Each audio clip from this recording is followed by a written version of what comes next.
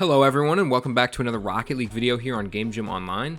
I'm Coach Aero, and in this one we're going to be looking over the basics of ball control, and this will include us learning how to dribble the ball and in general learn some basic options to keep possession of the ball, which is one of the most important aspects of Rocket League. For this video's warm-up, we are going to be queuing a ranked game in a playlist of your choice.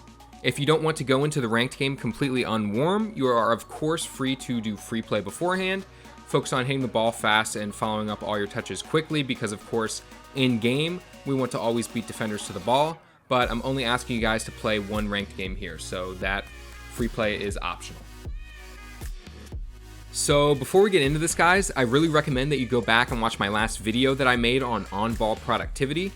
In that video, we discussed the three main things you should aim to do every time you hit the ball, and one of those things is playing the ball back to yourself. This can look very different depending on the situation. For example, one scenario might require you to hit the ball off of the sidewall back to yourself, while another scenario might require you to dribble. But the main idea and intention is always the same, to keep possession and control of the ball. You might now be asking, Aero, why do we need to keep possession of the ball? We need to keep possession because that's the name of the game. The more possessions we have, the less offensive chances the opponents have, and of course we get more. This will also allow you to begin to control your opponent's boost by stealing it and starting to apply more pressure. A lot of the time when you have space, meaning there is no challenging defender close to you, the optimal thing is to take advantage of this and start dribbling, because dribbling opens up a whole new world of possibilities, including flicks, hook shots, and bounce dribbling, which are all mechanics that we will cover in a future video. One of the most important things to remember when trying to control the ball in most scenarios is that we need to feather our boost, not hold it down, because when you hold down boost, it's really going to not be possible to dribble with good control, and it also makes changing directions harder. This concept actually stays the same in the air as well. When you see higher ranked players air dribble, they will pretty much always be feathering their boost. What I want you guys to do is to go into free play and practice dribbling the ball around the field while making sure to feather your boost. You'll notice that this makes it much easier to nudge the ball instead of full on hitting it, which allows us to keep it close to our cars. It's really important that you guys be comfortable with this concept because, like I said before, this sets us up for a wealth of future mechanics.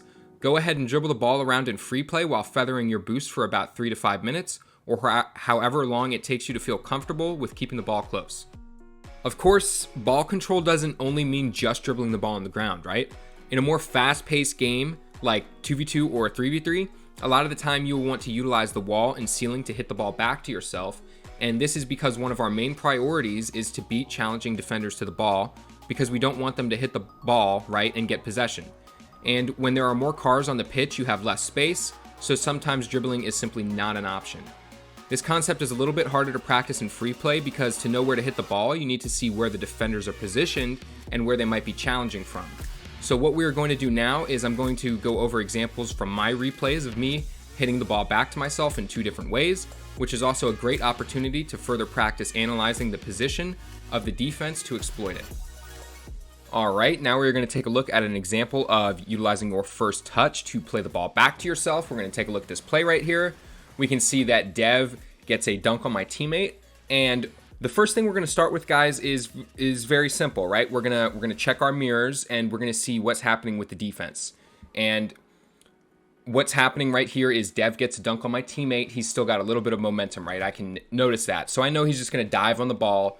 So right here, the idea is I want to keep possession. I want to keep control of the ball, but he's going to immediately dive at it. So I simply just realize where he's going to dive. And, that's based on the orientation of his car, what's physically possible for him.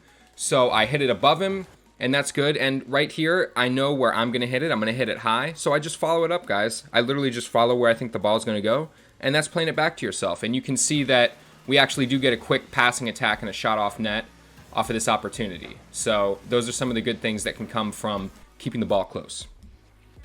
All right, now we're going to take a look at our second example of utilizing your first touch to play the ball back to yourself. And what we can see happening in this play is TNT ends up getting a solo play, and he kind of pinches the ball off of the floor, and it bounces up. And what you can see here is step number 1, right, is to check our mirrors, analyze the defense. Where is everybody positioned? What I can see here is ability over on the right side of the screen is covering the wall. So I know that if I bang this to the wall and hit it hard, it's just going to give the ball away. And like we talked about, we don't want to give the ball away. We want to keep possession to maximize our attacks, right? So you can see what I do here is this is just another illustration of being creative to play the ball back to yourself. And what we can see here is I get a first touch to pop it up, and then I just follow it up in 50. And that's the thing, guys. That's the big takeaway from this example, is that instead of just banging the ball away and, acting like you're making it awkward, a lot of the times the best play is to just kind of keep it close and then take a 50-50 like I did right here and hope a teammate's there to follow it up. All right, that's going to do it for this video. Continue to practice feathering your boost, as that concept is really crucial to having good control while dribbling. Thanks for watching, everyone, and stay tuned for the next one.